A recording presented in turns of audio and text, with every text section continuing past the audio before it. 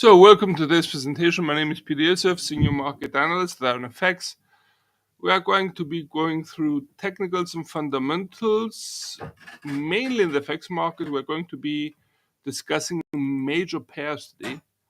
And I'm starting with Euro USD. By the way, if you have any trading instrument you would like to have us a look at, feel free to add in the chat box, and if we have time we could definitely have a look at it today. If not, we can always have a look at it on Monday. Now, Euro USD in a downward motion. This is the daily chart. All charts, by the way, which are to be presented are to be of the same time frame unless otherwise stated. There's a clear downward trend line leading the pair southwards. Now, on the fundamental side, everything's there for the US dollar to get more support and the euro to be sold. And I would be noting here that we had on Friday the release of the December employment report from the US, and it was hotter than expected, which more or less added pressure on the Fed to actually remain on hold for a longer period. It's characteristic that Fed funds futures implied that market expectations for a rate cut were delayed up until June. And I would be also noting here the release of the PPI and the CPI rates. They were on Tuesday and yesterday, respectively.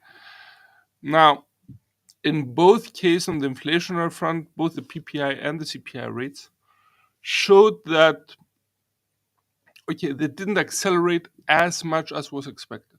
But they proved the point that there is a relative resilience of inflationary pressures within the US economy.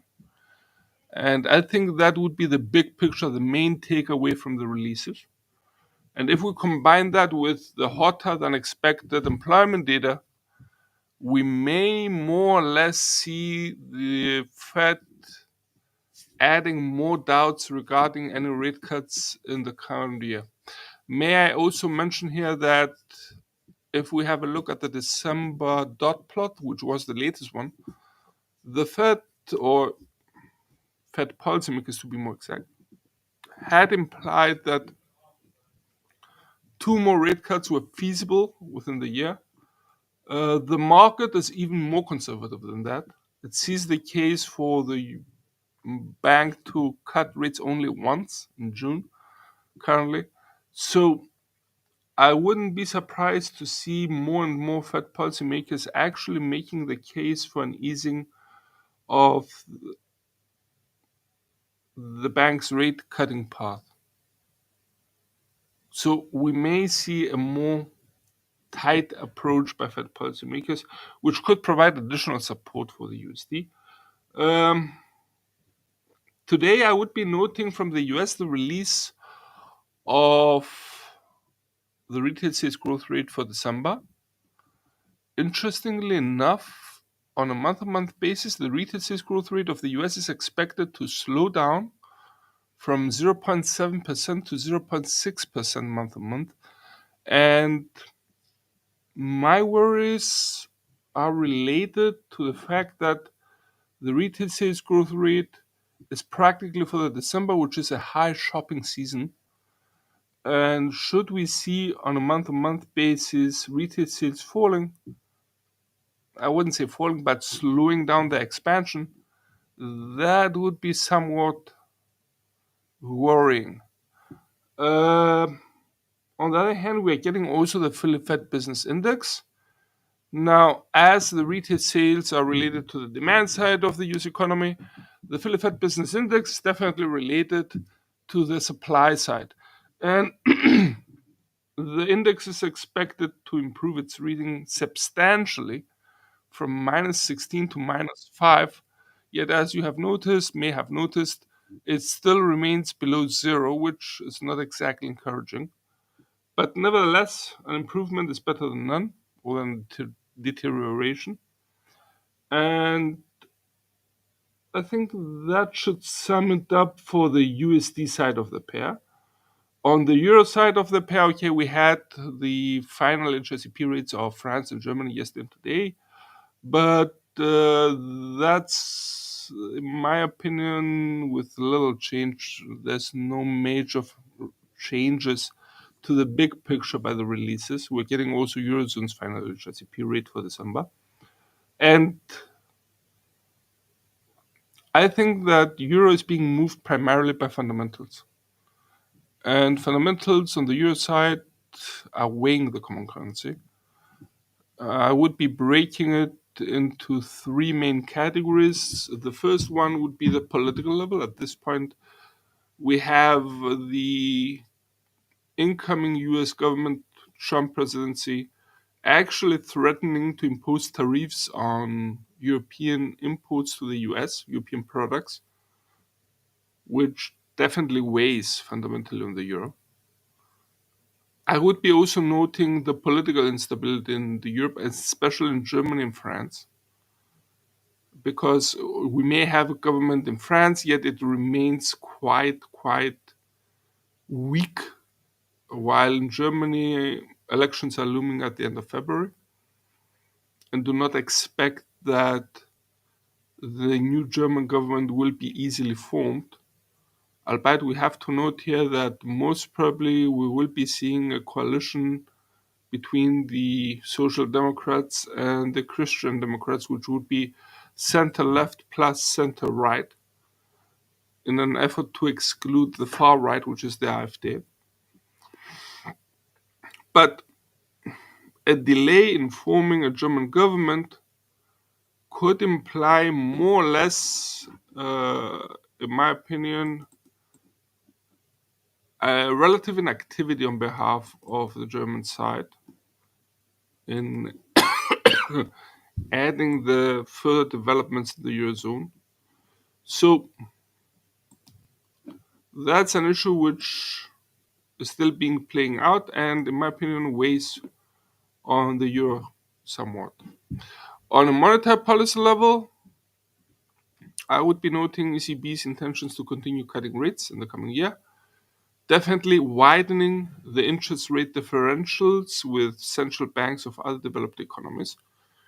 And in my opinion, that tends to weigh on the euro as well. Finally, we see on a macroeconomic level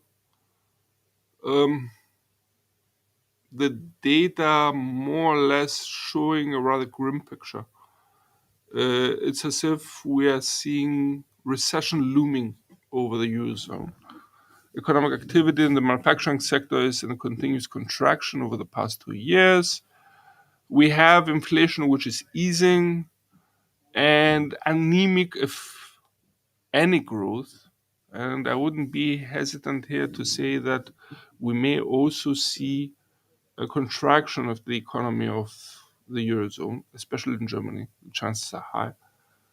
And thus, all of that combined tend to feed Euro bears. On a technical level, we highlight the bearish movement of Euro USD over the past 3 months, since actually the end of September. And at this point, we maintain a bias for the bearish outlook to be maintained, to be continued, and we're highlighting to this end the downward trend line which has been guiding the pair lower, but also note how the 20 moving average, which is the median of the Bollinger Bands, the orange line here, which is the 50 moving average, and the green line, which is the 100 moving average, all are pointing downwards and all are supporting further bearish movement. The RSI indicator is between the readings of 30 and 50. It's actually in the midst at 40, which tends to imply that, okay, the bearish sentiment may have eased a bit, but there is still a bearish predisposition on behalf of the market for the pair. It's all pointing downwards practically. Even the fact that the price action has hit on the lower Bollinger Band and corrected higher tends to imply that by the correction higher, room was created once again for the bears. So I wouldn't be surprised to see the pair breaching the S1 1.0220 and at some point starting to aim for the 1.0095 or 1.010. Let's have a look at the JPY, where we had a slightly different picture.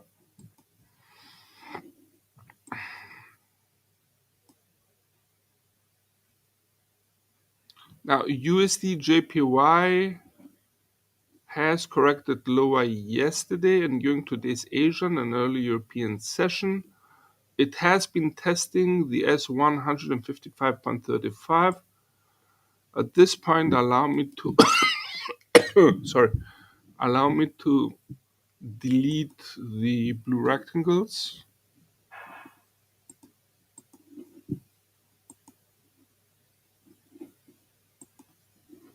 Close. And we're getting a clear chart. There are some slight bearish tendencies, and we can see that by the fact that we have two continuous red candlesticks. I would be noting that we have the RSI indicator, which has breached below the reading of 50. It's now at 47.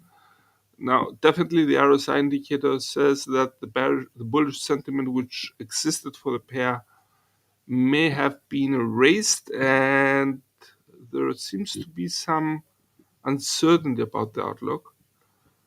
Okay, there is a bearish predisposition, maybe not. The RSI indicator has not dropped sufficiently yet for that. Note how the Bollinger Bands have been converging, implying low volatility, and for the time being, still failing to reflect the drop of the pair's price action over the past 2 days. So we may be in the start of a bearish movement, but for the time being, that remains unclear. And we're highlighting this on 3 elements. First is that the RSI indicator has not dropped sufficiently. The second is that the S155.35 has not been breached yet. So practically the low boundary of the current sideways motion is being maintained. And I would be also noting the fact that the 20 moving average, which is the median of the Bollinger Bands, has not reflected yet the downward motion. For a bearish outlook, we would require a clear break of the S155.35 that could be feasible practically within the next 24 hours, if that's the case. And in that case, we may see the price action starting to aim for the 151.30, a level which was tested right here. On the flip side, for a bullish outlook, we would require the pair's price action to rise and breach the 158.35 resistance line, starting to aim for the 162 resistance level. Moving now to GBP USD. But before we move to GBP USD, there's something interesting which we should note about JPY, because up until now, we have been discussing the possibility of a strengthening US dollar on the fundamental side. However, we hadn't mentioned sorry.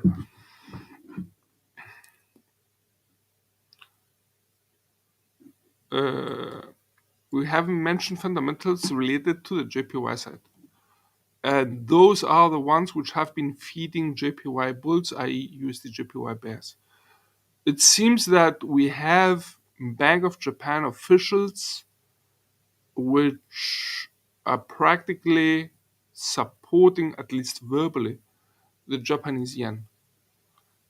Discussions about a rate hike by the bank in the January meeting tend to intensify, and we wouldn't be surprised to see a 25 basis points rate hike in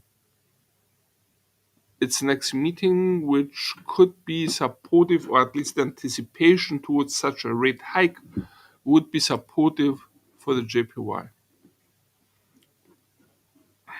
Let's have a look at cable.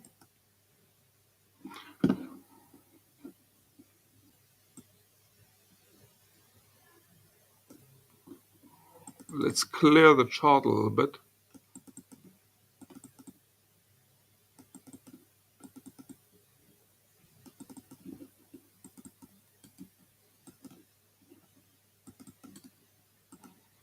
and we're going to be enjoying a new downward trend line like this. I think it's very clear that despite the various corrections at some point since the end of September until now, we have continuous 1, 2, 3, 4 lowered peaks, and we have 1, 2, 3, 4, 5 lower troughs. So we are in a downward motion. The downward trend line, in my opinion, is clear. We tend to maintain a bearish outlook. We highlight the RSI indicator, which is very low. It's at the reading of 31. It's even lower than Euro USD's RSI indicator, which more or less tends to highlight the strong bearish sentiment on behalf of the market for cable. We have discussed the USD fundamentals, which are feeding USD bulls, but I would like to have a word here about the pound's fundamentals, which tend to feed pound bears. We had a number of issues. Let's start with the political scene in the UK, where we had, I would say, an attack on behalf of Elon Musk against the UK government in the past week. That was definitely not a supportive element for the pound. I would be highlighting here, definitely highlighting the rise of gilt yields, of UK gilt yields, which more or less tend to reflect the uncertainty of the market for the UK economic outlook. And should the yields actually remain high or rise even higher, then that would be having possibly repercussions on fiscal policy of the UK government.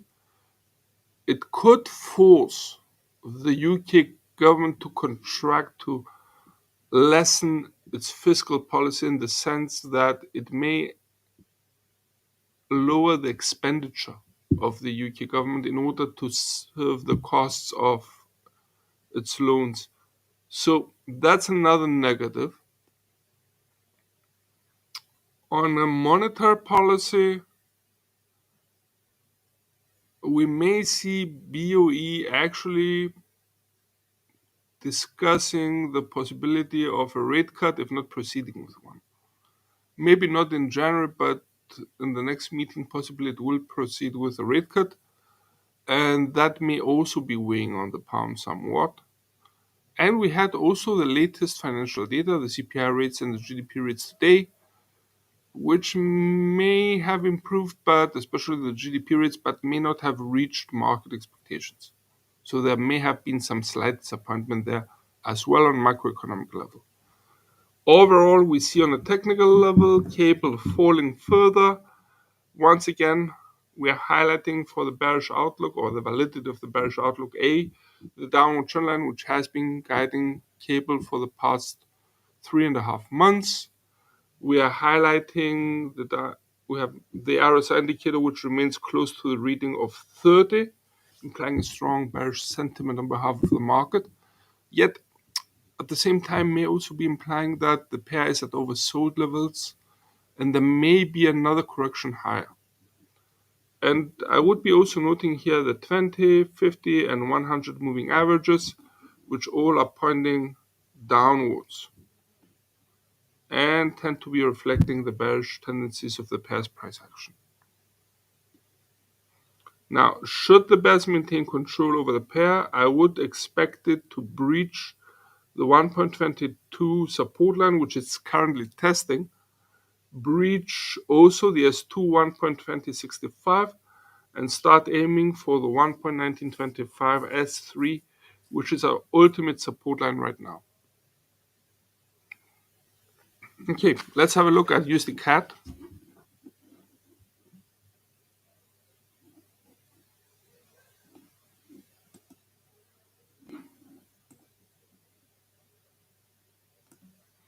Now, USD CAD, despite some ups and downs, remains in a sideways motion. The latest one was testing the 1.4335, which essentially held its ground and pushed the pair's price action higher during today's Asian and early European session. Now, the bounce could have been also on the upward trend line, which has been guiding the pair higher since the midst of September. Let's have a look when. Since the 25th of September, sorry. So, on the one hand, we have a bullish outlook. That's clear. Why? Because we have an upward trend line supporting the price action. But the price action seems to be unable to breach above the R1 1.4465, which may prove to be a turning point for the price action of USD CAD and allow the pair to drop, breaking the S1 1.4335. By the way, also breaking the pre-mentioned upward trend line and start aiming for the 1.4220. In any case, a possible break of the upward trend line would be the clear signal of an interruption of the upward motion. For the time being, I tend to maintain a bias for the sideways motion between the R1 and the S1. And unless the boundaries of the sideways motion are broken, which could happen, I remain more or less steady on that expectation. But look how the price action is testing the upward trend line, constantly testing the upward trend line. Now, on the fundamental side, okay, the political uncertainty in Canada is definitely not a positive. On the flip side, though, the expectation that the Conservatives may win the next elections could be supportive for the loonie. And the main reason why is practically the impression in the markets that the Conservative Party, at least, is more business oriented and business friendly than the Liberal government of Trudeau. On the monetary level, I see the case for BOC to maintain some strong dovish intentions, and that may be weighing on the loonie somewhat, i.e. allowing for USD CAD to rise. It's an issue which, in my opinion, may be somewhat in doubt. Overall, we expect that fundamentals are going to be leading the loonie today. And the main reason why is that we had some financial releases, but they weren't those high impact financial releases from Canada this week. Say, for example, manufacturing sales or wholesale trade or housing starts. They're interesting, but they are not a game-changing financial release. On the contrary, I may add here that the release of the Canadian employment data for December last Friday may have been supportive for the Canadian dollar. They seem to be showing a bit tighter Canadian employment market, but were practically overshadowed by the US employment release at the same time. Oil prices, on the other hand, that's an interesting element because oil prices have been on the rise since the past week, despite some corrections lower, but have failed so far to actually provide support for the loonie, substantial support for the loonie, given the positive correlation considered by many between the loonie and oil prices, as Canada is a major oil producing economy. On technical level, we have mentioned the sideways movement bias with bear. Should we see a bullish outlook emerging For such a scenario, we would require the price action of USD CAD to actually breach the 1.4465, which has been a ceiling over the past 2 weeks for the pair, practically a month. And for a bearish outlook, we would require a clear break of the downward trend line and the S1, possibly also the S2. Let's have a look at AUD USD. Now, the Australian dollar against the US dollar allow me to shift the downward trend line a bit to the right in order to reflect. We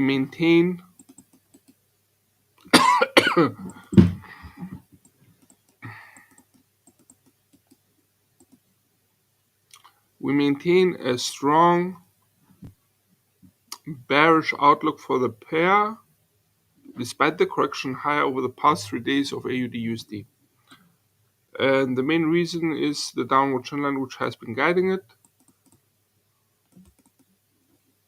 since the last days of September. I think it was the 28th. No, since the 1st of October.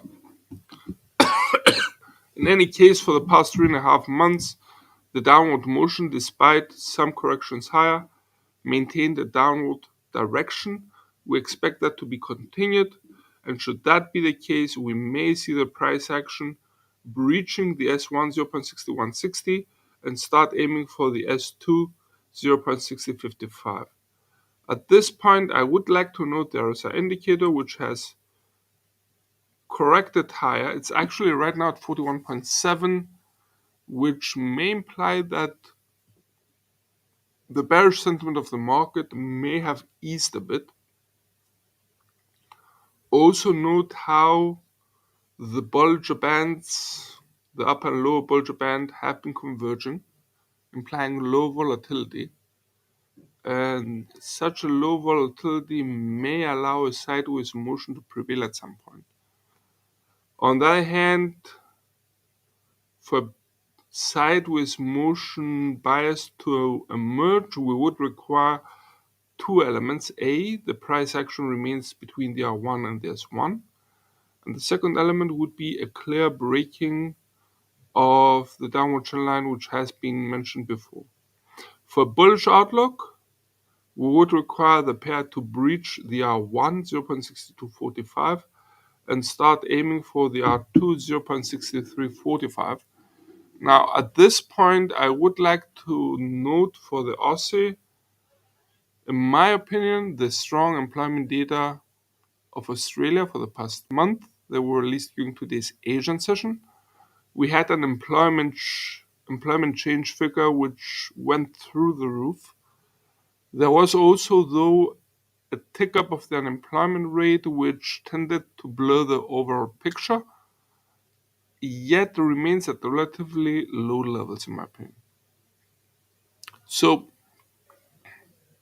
the employment data may allow RBA to maintain its doubts about an easing of its monetary policy and remain on hold for a longer period. Mind you that the next interest rate decision of RBA is to be set in February, so there's still some distance time-wise for the interest rate decision as such. On the fundamental level, I would be highlighting the close economic ties between Australia and China, and at this point, definitely the release of quarter-four's GDP rate of China would be of interest. Now, the rate is expected to accelerate and reach 5% year over year, which would be actually implying that the Chinese government has achieved its target for growth of the economy at the rate of 5%. I would be also highlighting here three other rates. The first would be the urban investment growth rate for December, the retail sales growth rate for the same month, and also the industrial output growth rate for December, for the last month of past year. Now, The retail sales growth rate is important, or if you allow me, has increased in importance over the past years, given the sanctions imposed on Chinese products, or if you prefer, the tariffs imposed on Chinese products by the US. That's a big issue, and it forces practically the Chinese economy to rely even more on the internal demand side. So, an acceleration as expected for tomorrow's December retail sales growth rate and even beyond expectations, special beyond expectations, could be supportive for the Chinese yuan, but also provide some more confidence in Aussie traders. However, Aussie traders, in my opinion, are expected to keep a very close eye on the industrial output growth rate, which is more related to the exports of raw materials from Australia to China. An acceleration, a substantial acceleration of the industrial output growth rate would be signaling that the Chinese manufacturing sector may have been able to increase economic activity and thus could imply higher future exports of Australian raw materials towards China. Okay, let's have a look at WTI in a very strong upward movement. And I would be noting here that oil prices have risen very decisively, and there have been an intensification of the upward slope of the commodities price. You can see it on the one upward trend line, then the second. So one could even add one here, but the data is actually just too fresh to add it. The price action of oil of WTI has breached above the 77.85 resistance line, now turned to support. And let's go hunting for a new ultimate resistance level. I'm definitely noting this peak here at 93.90.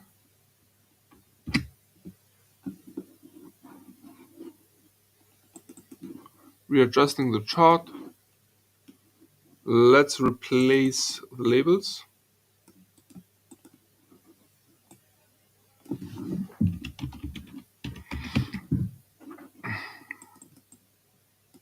The R2 at 89.45. The R1 at 83.85.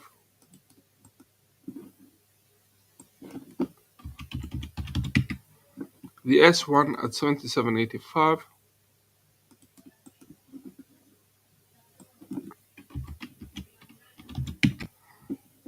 The S2 at 72.10.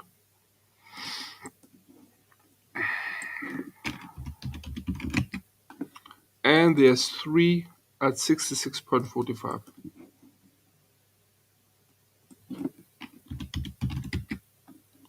Locking everything in.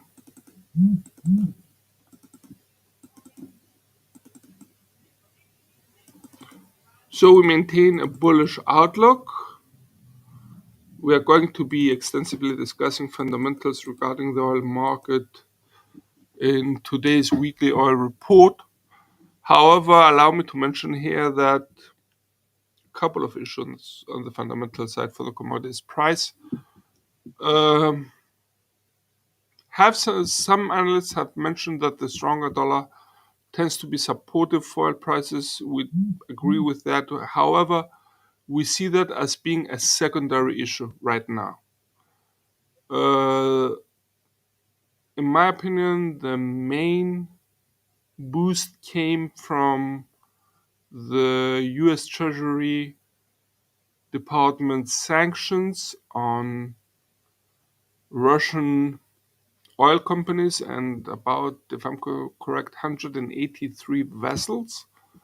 So that a substantial blow to the international supply line of oil, at least for the Russian-Chinese side. So that was, in my opinion, a key driver for oil prices higher. I would also be noting OPEC and IEA on the supply side here. So should we see all of that being enhanced, and given that we have also a rather tight US oil market, all those elements could be supportive for oil prices higher.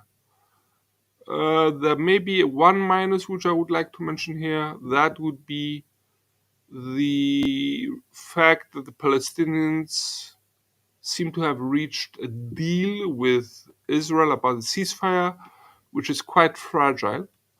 But still, that could ease market worries about the supply side of oil and could weigh a bit on oil prices. However, once again, I do not see that being as key. I would like to note, though, that on the demand side, it's going to be interesting to see whether industrial activity in the US and China is going to continue to grow at a faster pace, which could be feeding oil bulls, as we would be having also a demand side which seems to be intensifying, tightening the oil market even further, and thus pushing oil prices higher. The next target for oil bulls, WTI bulls, would be the 83-85 resistance line. It may take some days to reach there. However, with the breaking of the 77-85 resistance line, I think the way has been paved for the R1 83-85, even on a temporary basis. That should sum it up for the day. From all of us here at IronFX, best wishes for solid trading.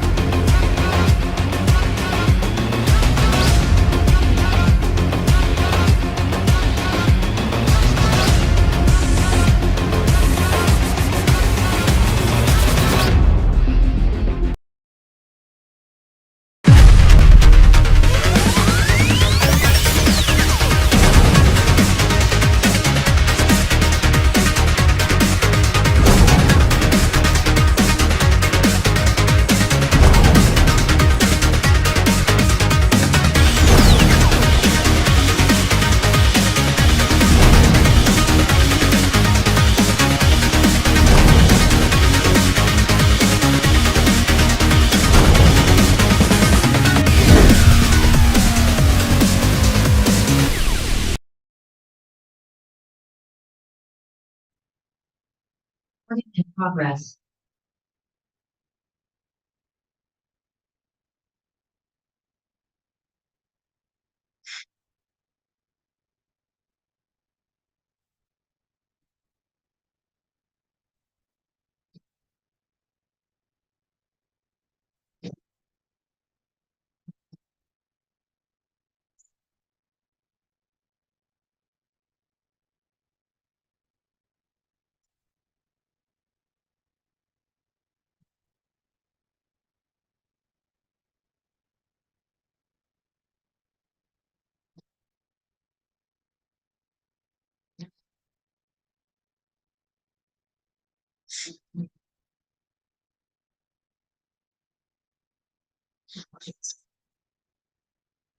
Okay, hi everyone, and welcome to today's webinar.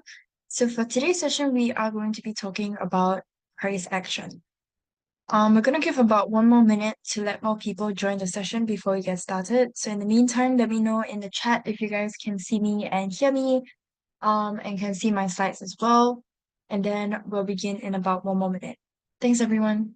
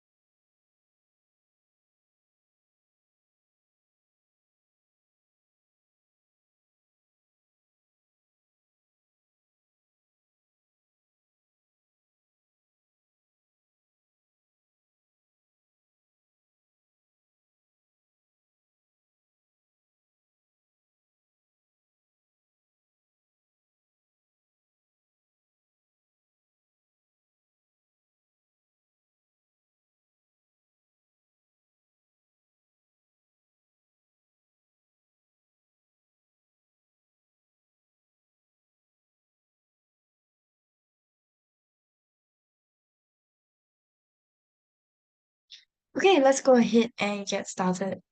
So, as per usual, a risk warning and disclaimer, our products are traded on margin and carry a high level of risk, and it is possible to lose all your capital. These products may not be suitable for everyone, and you should ensure that you understand the risks involved. The information in this webinar should not be considered investment advice or an investment recommendation, but instead educational material only.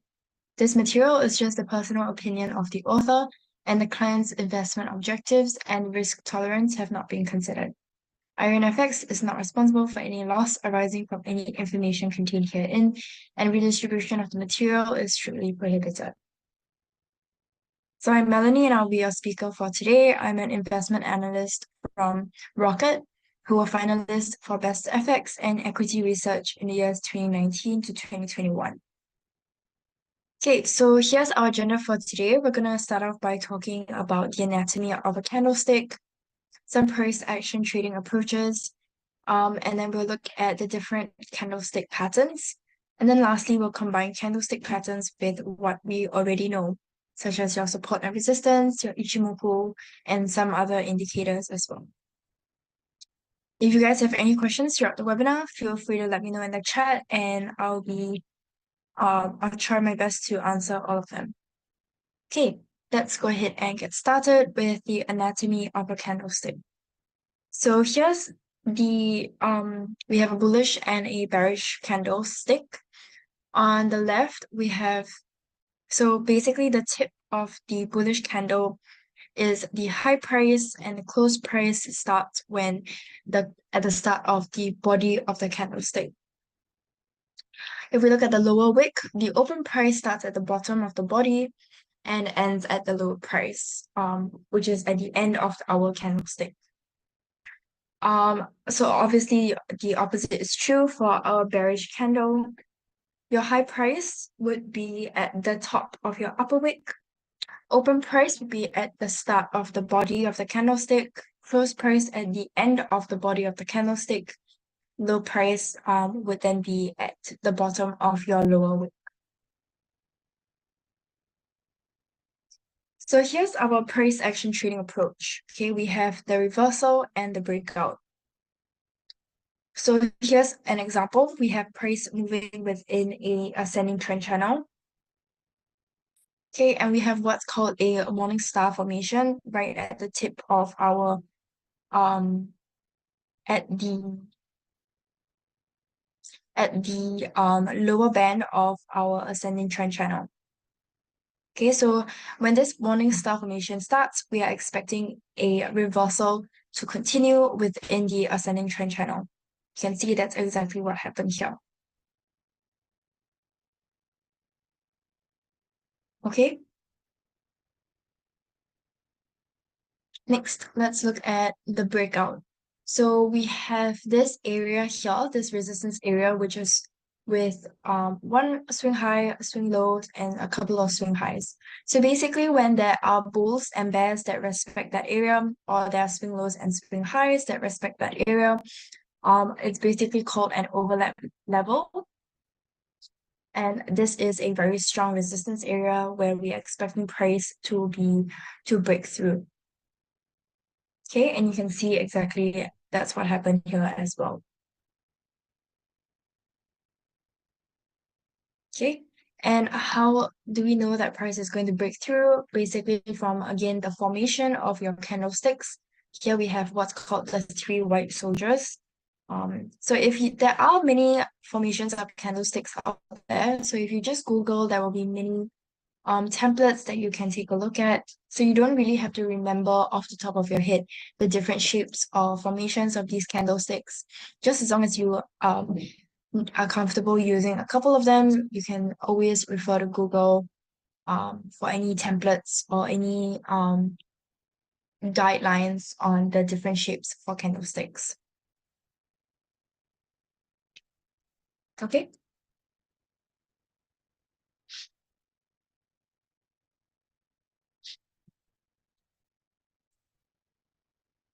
Okay, so moving on, we can see after this three white soldiers, price broke out really strongly and rose above our resistance area.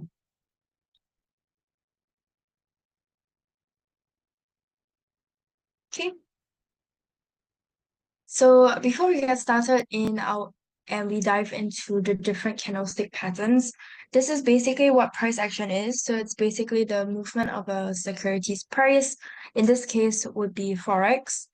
Plotted over time. So that's why we are looking at specific candlestick patterns or which tell us the price movements without relying on the different indicators or even algorithms. So it's all about understanding the market's natural behavior.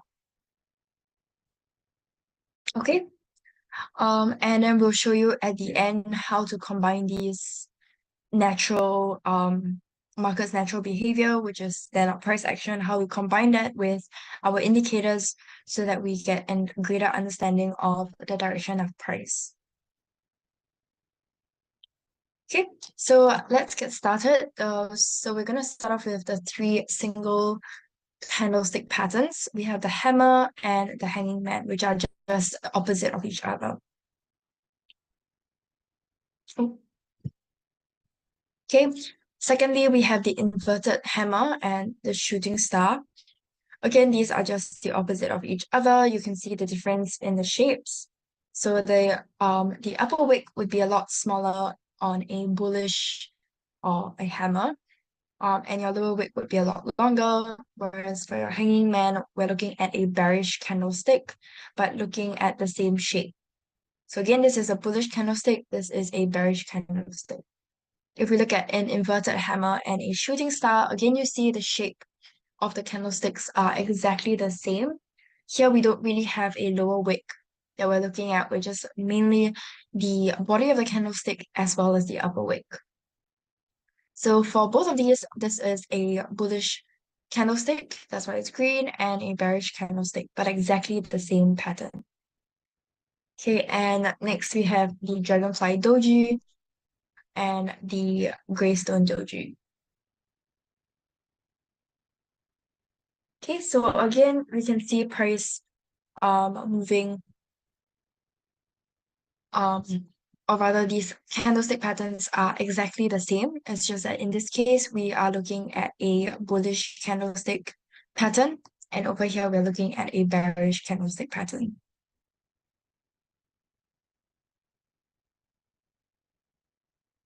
Okay, next, let's look at the top two double candlestick patterns.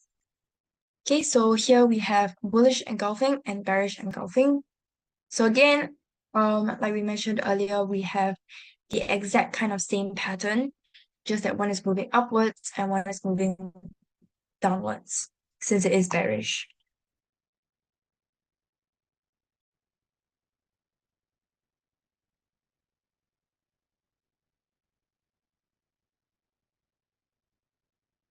Okay.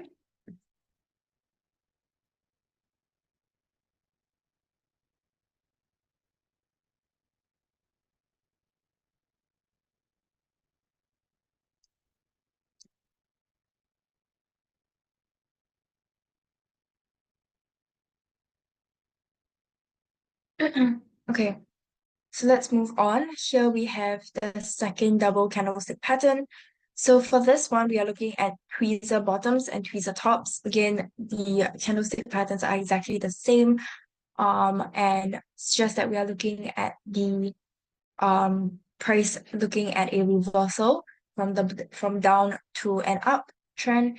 And on our tweezer tops, we're looking at a reversal from the uptrend to a downtrend.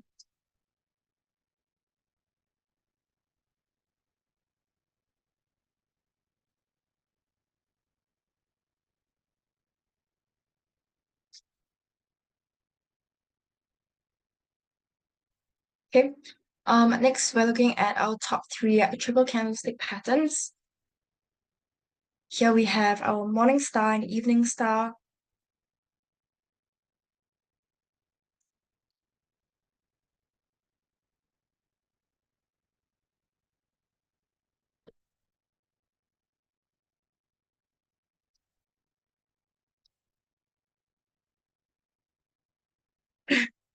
So our morning star is kind of a signal that price is going to reverse again, similar to our engulfing pattern.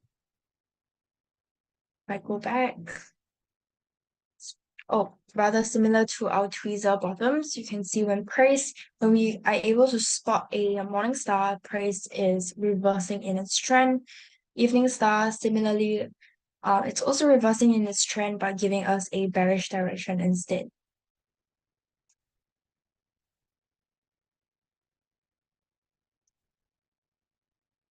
Okay, so for the morning star, it's typically occurs at the end of a downtrend. That's why we say it's a reversal.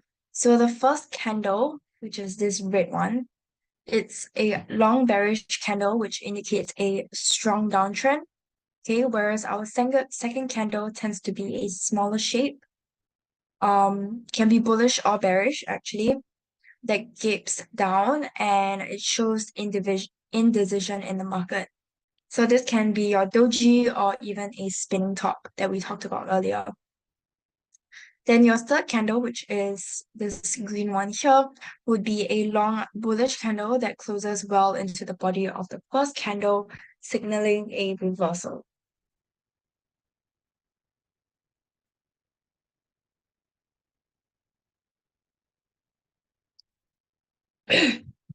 So the pattern is actually more reliable when this third candle here, when it closes above the midpoint of the first candle. So you can see the midpoint will be somewhere around here. So if it closes somewhere around here, that's a good sign that price is going to continue in the uptrend. Okay, so obviously the opposite is true. For an evening star, we have a long bullish candle here, indicating a strong uptrend.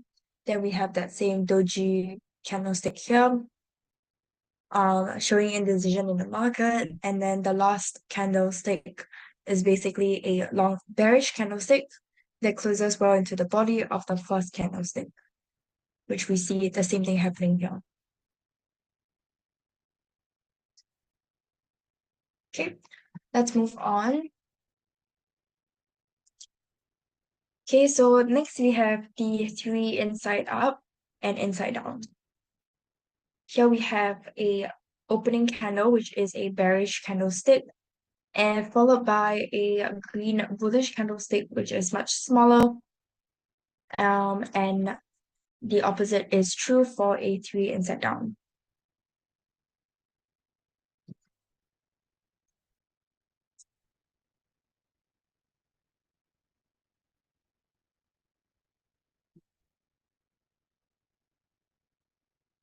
Okay, so again, these are indicators of potential market reversals.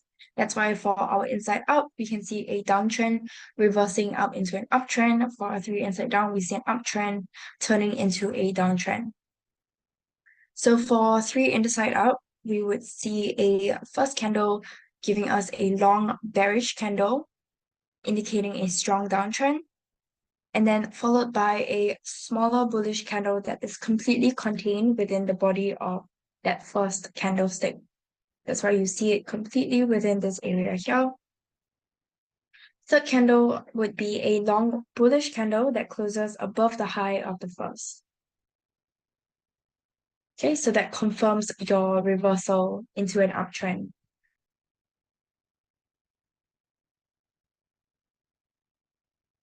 Okay, opposite is true again for your three inside down.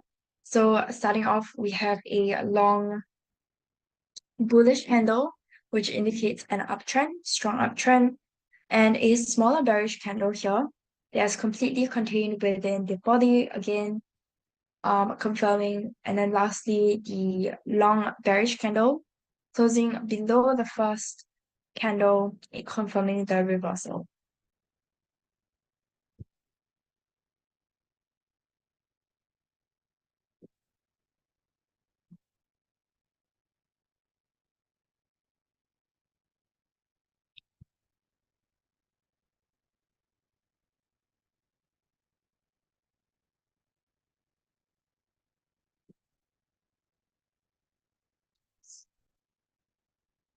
Okay, we have a question here.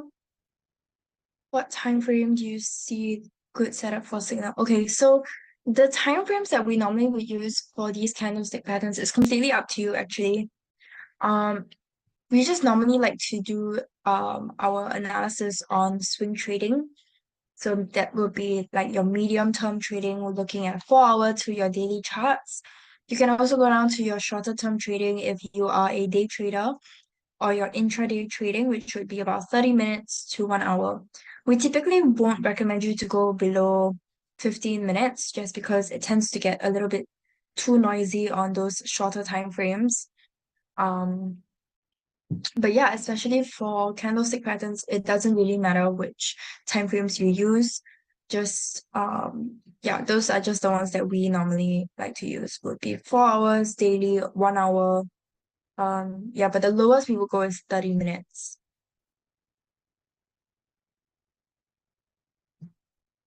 Okay, it will probably be easier for you to catch these reversals for candlestick patterns on a shorter time frame as well, because patterns on the shorter time frame, so like your 30-minute and 1 hour charts, can kind of provide you multiple trading opportunities throughout the day if you are looking at intraday trading.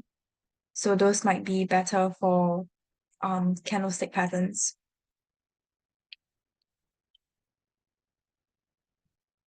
Okay, so now let's look at combining candlestick patterns with what we already know. Okay, we're going to start off with support and resistance, followed by our trend lines, oscillator indicators, and momentum indicators. Okay, let's get started. So again, if you guys have any other questions, feel free to let me know in the chat.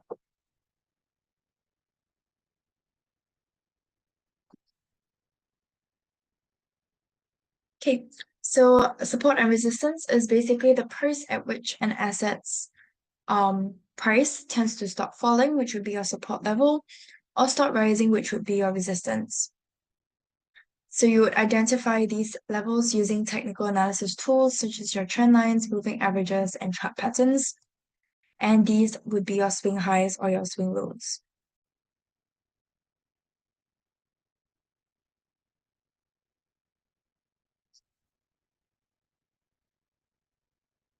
Okay, so here's an example. This is just a really quick recap on your support and resistance so that we can kind of go through how to identify these levels with your candlestick patterns.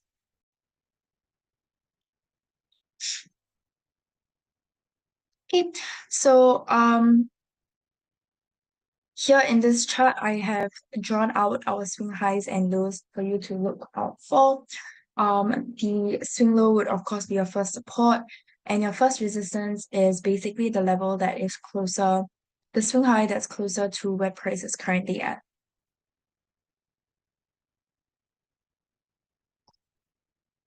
Okay, next. So here's an example of an insignificant swing. So these levels are bad to use for your for Fibonacci points. Here we're talking about Fibonacci, but they are bad to use for any kind of resistance or support levels that you're looking at. Okay. Yeah, here's another example of insignificant swings.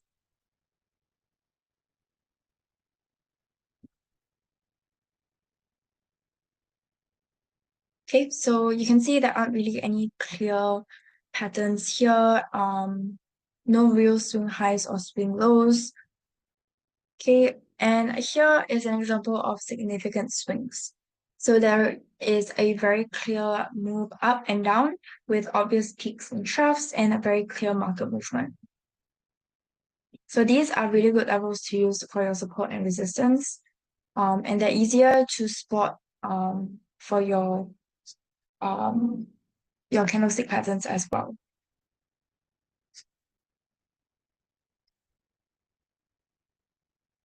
Okay, someone asked what's the need of learning candlestick types and what roles do they play in trading? So they actually play a pretty significant role. Firstly would be each candlestick kind of encapsulates a lot of information about the price action within a given time period. So like we went through at the start about the anatomy of your candlestick, it includes the opening, the closing prices, the high and the low. So it tells you what the sentiment of the market is as well. So for example, a long bullish candlestick would suggest a strong buying interest, while a long bearish candlestick would then suggest stronger selling interest. So that would probably be more useful on your shorter time frame. Again, most of these, I can't tell you whether it's useful for you as a trader, because everybody has different strategies and trading techniques. But yeah, it is still important to know the different patterns. Okay, because like we went through the different types of candlestick patterns or the top ones to use, those can help you to identify the beginning or the continuation or reversal, so on and so forth, or the ending of trends, example. So like I think just now we went through a bullish engulfing pattern. So that would indicate the end of a downtrend and it might indicate a reversal to an uptrend. So that allows you to predict future price movements based on your historical data as well. Okay, so yeah, so all of the webinars that we have, and all of the tools and strategies that we give you might not be applicable for you personally as a trader, but it helps to have multiple tools so that you can confirm your indicators, by using your trend lines, all of these support and resistance levels as well. It just basically helps to confirm your analysis.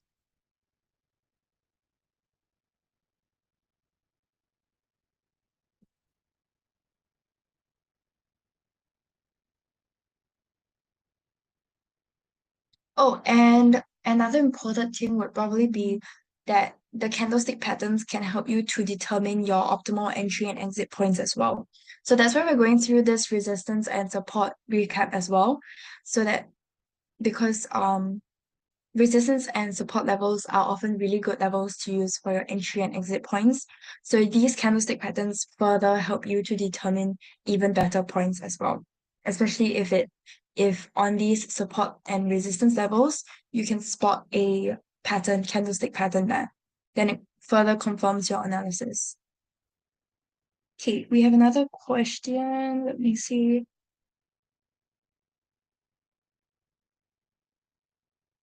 On a bearish setup, is there any white soldier candlestick which will indicate that there's possibility for support breakout?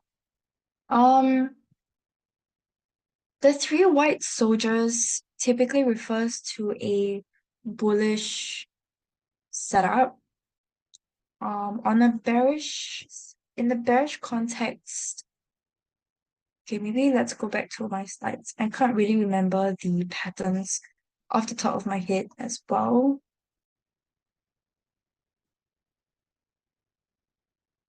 Um,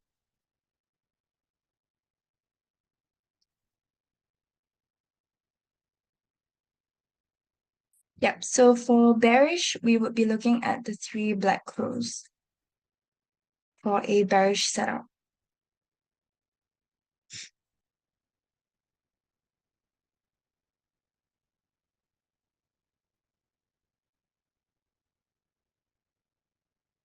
Okay, I hope that answers your question.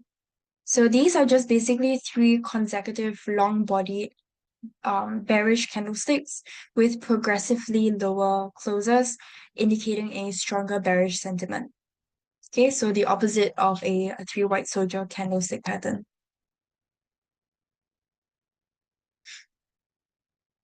Okay, so for example, once you're able to spot this pattern, you might want to use your momentum indicators like your RSI or MACD, for example, which show you if they show you a bearish divergence or moving into oversold territory, that can signal weakening bullish momentum and potential for a support breakout.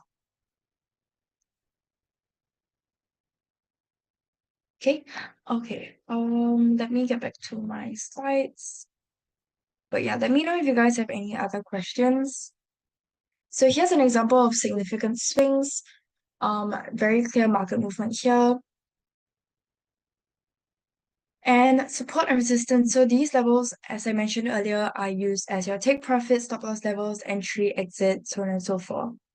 But an important thing to note is to make sure that your swing highs and lows, there are multiple swing highs and lows that line up together so that it strengthens your entry and exit levels. Okay, so there are at least two swing high or low levels that line up nicely. It's a much better level to use. So that's why we want to try and find levels where these might line up. So it doesn't have to be exactly at the same level, as long as it's near, that's good enough. Okay, so let's look at how to pick your starting point for your support and resistance and your entry exit levels. So when picking the starting point of pivot, entry, support, resistance levels, there are a couple of rules. Firstly is to check if there's a swing high or low, pullback or overlap level to start from. Next is to go back as far as possible without intersecting too many bodies of candlesticks. Okay, so we have some swing highs here, where the price, or rather where the resistance level cuts the wick of the candlesticks. That's fine. Over here, it's kind of cutting the bodies a little bit, so that's not too preferred, but that's fine as well. So some more examples here. Okay, you can see when it cuts through nicely just one body of the candlestick, that's fine. This is something that we want to avoid because it's cutting too many bodies of candlesticks. Okay, we just want clean cuts of just the wick. Okay, here's another example. Take note of this red highlighted area because we want to avoid intersecting so many candlesticks. Okay. Okay, now let's look at the pullback and the overlap. So I did kind of mention the overlap earlier, but a pullback support is basically before an overlap occurs. So it's a strong level of support and resistance, and it breaks out from previous resistance level, and price is now dropping back to visit it again. So when a pullback support level lines up with a Fibonacci level, it's very powerful. And these levels are also made powerful when you are able to spot a candlestick pattern as well. So this works well when it breaks a significant swing low and then starts pulling back to it. It's even better if there are multiple Fibonacci levels that line up with it.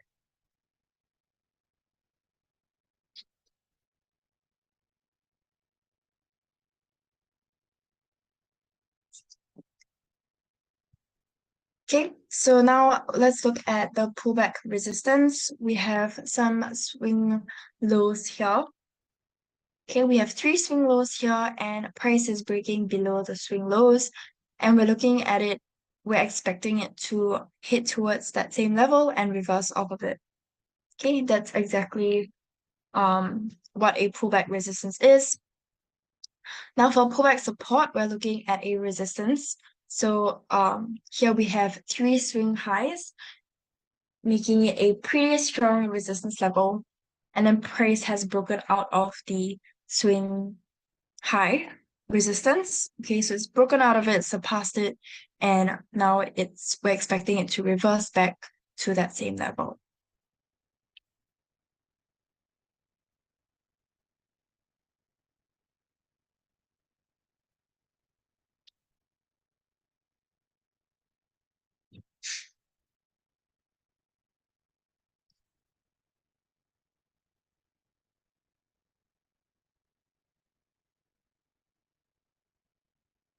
Okay. Okay, I'm just gonna. Okay, so now let's combine our pullback and overlap levels. Okay, I already mentioned the pullback support earlier, so let's talk about our overlap levels now. So an overlap level, like I mentioned earlier, is basically when price comes back to it like this, um, and it actually reverses off of it. So when we have a swing high and a swing low that line up nicely, that's an overlap. Okay, so here we have a big swing high resistance here. The moment price surpasses the swing high resistance, it becomes a pullback support.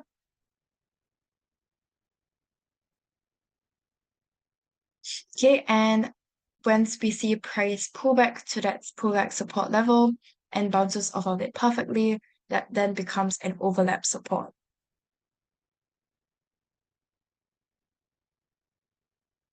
Okay, here's another example. We have a couple of swing highs here. Okay, and price breaks out of the swing high resistance and pulls back to it. So once price breaks out of it, it becomes a pullback support. Once price pulls back to it and bounces off of it, then it becomes an overlap level. And once price bounces off of it again, it now becomes an overlap support. Okay. Okay, another example. So here there are multiple swing lows in line at the 33420 level.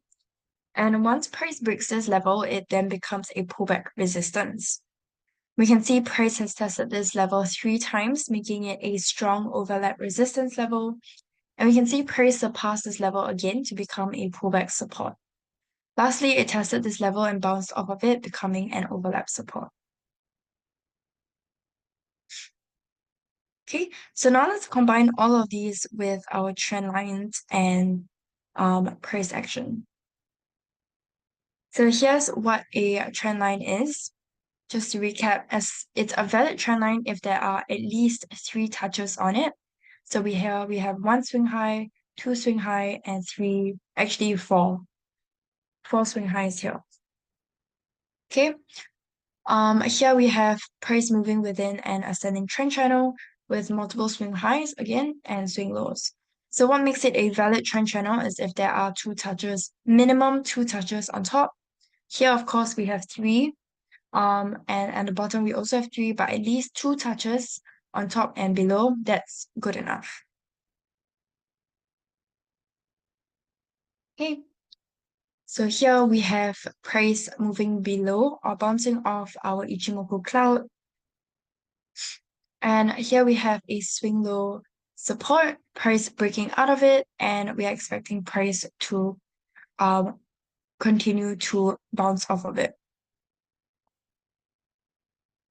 Okay.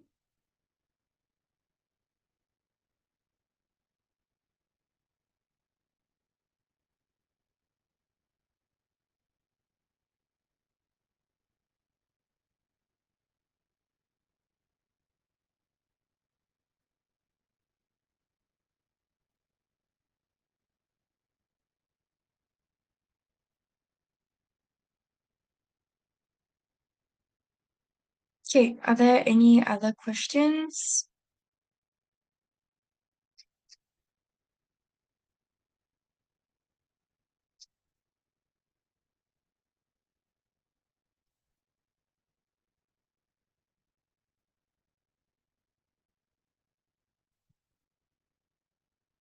Okay, if not, there was a question about the um which I think there was a question about the time frame.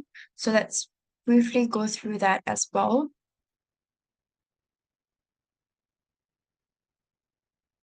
Okay.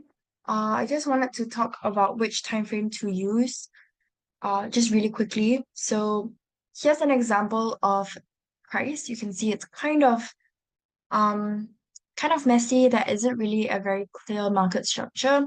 And this is on our M15 chart. Okay. Now, if we change that and we look at it on an H1 view, the exact same chart, just on a different time frame, you can see the market structure is a lot clearer. Okay, so the thing to learn here is that at the very basics, the clearer the swing low and the clearer the swing high, the clearer the trend between these 2 points, the more accurate your analysis will be. Okay, so it doesn't really matter which time frame you use because that's very dependent on your own lifestyle and your own trading methods. But yeah, as long as you make sure that your market structure is clear, that's fine. Okay, so yeah, so typically traders will choose at least two time frames, such as your short-term time frame and longer-term time frame. So like I mentioned, we don't go below 15 minutes because it's kind of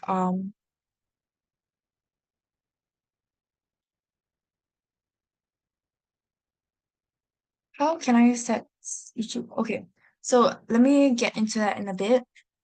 But basically we don't go below 15 minutes because the charts tend to be a little bit too messy on those time frames.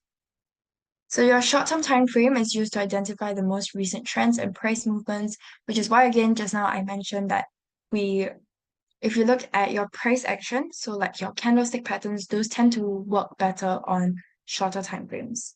So like your 30-minute and 1 hour time frames, maybe even 4 hours. Okay, but your longer term time frames will be used to identify the overall trend and market direction. And again, we will use all of those together with key support and resistance levels, trends, patterns, indicators. Okay, so what we look out for on the higher time frames will be key graphical levels. This horizontal levels that we're talking about are those that we just went through. So your support, resistance, pullbacks, overlaps, all of those. Trend lines, trend channels that we also just went through.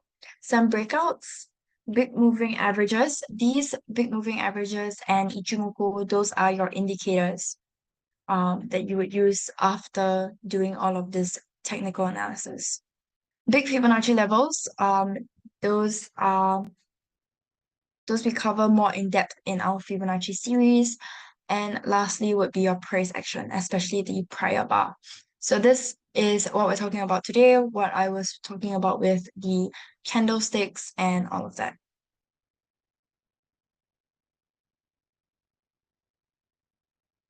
Okay, let me just answer some of the questions now.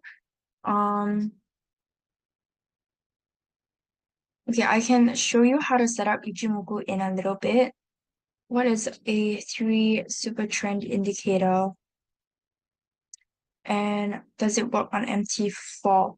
So the super trend indicator strategy, this kind of um not really related to today's topic, but it's basically it follows the trend, obviously, and it's based on the ATR and closing price. So ATR is your average true range, and it helps to determine the trend of the market.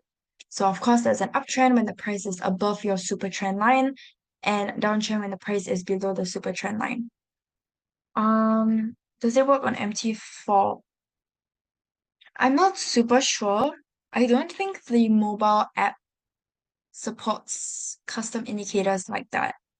But I'm not too sure. Maybe it works on the desktop instead. Um, yeah, maybe you can check on that.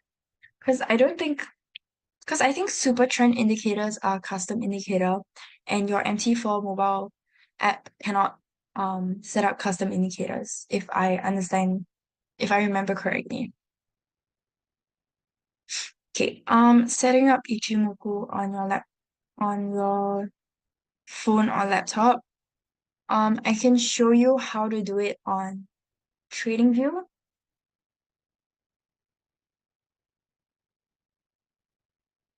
Let me just open my TradingView.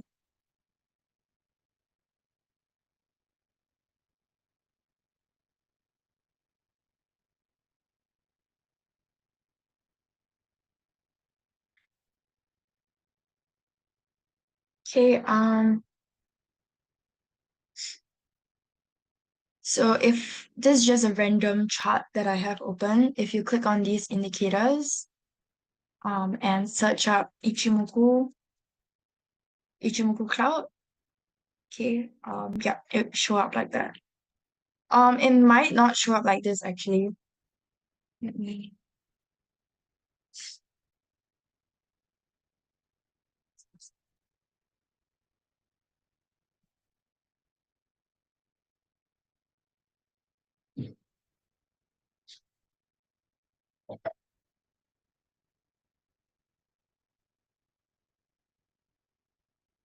okay. So this is your Ichimoku Cloud, okay, and basically you just click on indicators, search up Ichimoku, and this is what it'll look like. Click on settings, and there's actually a lot of different lines when it comes to Ichimoku. I'm not going to go through in depth what they each represent now, but I'll tell you that we normally just look at the cloud. Okay, so we normally just look at the plot's background. If price is moving above the cloud, it's a bullish signal. If price is moving below the cloud, it's a bearish signal. So that's one of the quickest ways to use Ichimoku.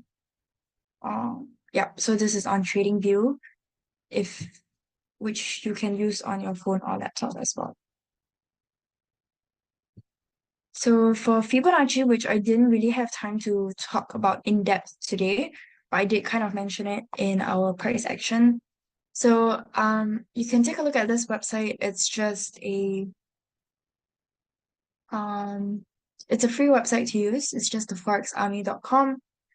You can look at some free videos that we have on YouTube on retracements, extensions, some guidelines. Yeah, so what are the different levels that we use, how to use them, how to draw it so that it's valid, how to avoid invalid levels, negative levels as well. Because we use 4 different techniques when it comes to Fibonacci.